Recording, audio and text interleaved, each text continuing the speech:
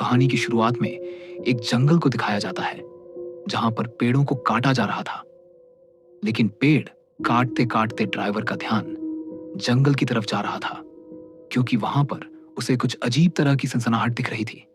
जैसे ही वह नीचे उतर कर गया तो उसे एक आदिवासी ने घेर लिया और उसे मारने के लिए उसके पीछे दौड़ा। डर के मरे आदमी कुछ दूर दौड़ा, लेकिन आदिवासी के जाल में फंस गया और ऐसा लगा जैसे आदिवासी ने उसे मार दिया हो। तभी कहानी दूसरे सिरे से स्टार्ट होती है, जहां पर दो लड़के और उनकी दो बीवियां उनके साथ थी। उनमें से एक लड़का जंगल में घूमने का प्लान बनाता है, क्योंकि कुछ ही दिन पहले उसकी कंपनी बहुत ही महंगे दामों में बिक गई थी। चारों लोग उसे लड़के की बात मान जाते हैं और उसके साथ जंगल में एडवेंचर पर निकल जाते हैं। कमरे के अंदर दूसरा लड़का अपनी बीवी से कहता है कि यह हमारा खर्चा क्यों कर रहा है, क्योंकि उन सब का खर्चा वह एक ही लड़का कर रहा था।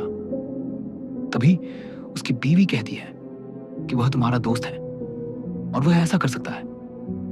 तभी अगले दिन को वही आदमी उनके पास आता है जो उन्हें जंगल में घूमने ले जाने वाला था।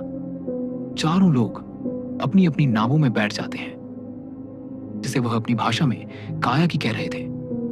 सभी लोग बड़े मजे में धीरे धीरे आगे बढ़ने लगते हैं। तभी उनके साथ वाला आदमी उनसे बताता है कि उसके पिताजी भी यहीं पर आया करते थे और सभी को घुमाया करते थे, लेकिन एक दिन वह अचानक से गायब हो गए। पता नहीं आखिर वह कहां गायब हो गए। लेकिन वे दोनों लड़के जो उन लड़कियों के पति थे कि उसकी बात का मजाक उड़ा रहे थे, तभी बेबी जंगल में आकर रुकते हैं और उस रात वहीं रुकने का प्लान बनाते हैं। तभी इस जंगल में दूसरी तरफ हम दो बाइक राइडर को देखते हैं जो अपना ब्लॉग बनाने के लिए इस दिशा में आए थे जिस दिशा में नो एंट्री का बोर्ड लगा हुआ था। जैसे ही वे जंगल के अंदर जाते हैं तो उनकी बाइक फिसल जाती है, जहां लड़के का सर वहीं पर कट जाता है। लड़की यह देखकर पूरी तरह से डर जाती है और अपनी जान बचाने के लिए जंगल में भागने लगती है। तभी वह एक गुफा में पहुंच जाती है, जहां उसे भी उस जंगली आदिवासी द्वारा मार दिया जाता है। रात होने पर लड़की घुमाने वाले लड़के के पास आकर बैठती है। वो पूछती है कि आखिर तुम्हारे पिताजी के साथ क्या क्या हुआ था। वह लड़का बताता है कि इस जंगल में आदिवासी रहते हैं, वह भी नरभक्षी। अगर कोई भी उनके इलाके में आ जाता है तो वह उसे मारकर खा जाते हैं। तभी उस लड़की का पति वहां पर आता है और उसका मजाक उड़ाता है और उस रात में बड़ी शांति से सो जाते हैं। लेकिन आधी रात होते ही अपने दोस्त की बीवी से एजे नाम का लड़का मिलता है, क्योंकि उनमें बहुत दिनों से अफेयर चल रहा था और उस लड़की के पेट में उसका बच्चा भी था। लेकिन वह लड़का उस लड़की को धोखा देने के लिए बोलता है, जिससे लड़की को गुस्सा जाता है। लेकिन यह बात उस लड़की का पति सुन लेता है और जैसे ही अगली सुबह होती है तब उनके साथ वाला लड़का बताता है कि उस लड़की का पति गायब है, जिसके साथ साथ उनकी एक नाव भी गायब होती है।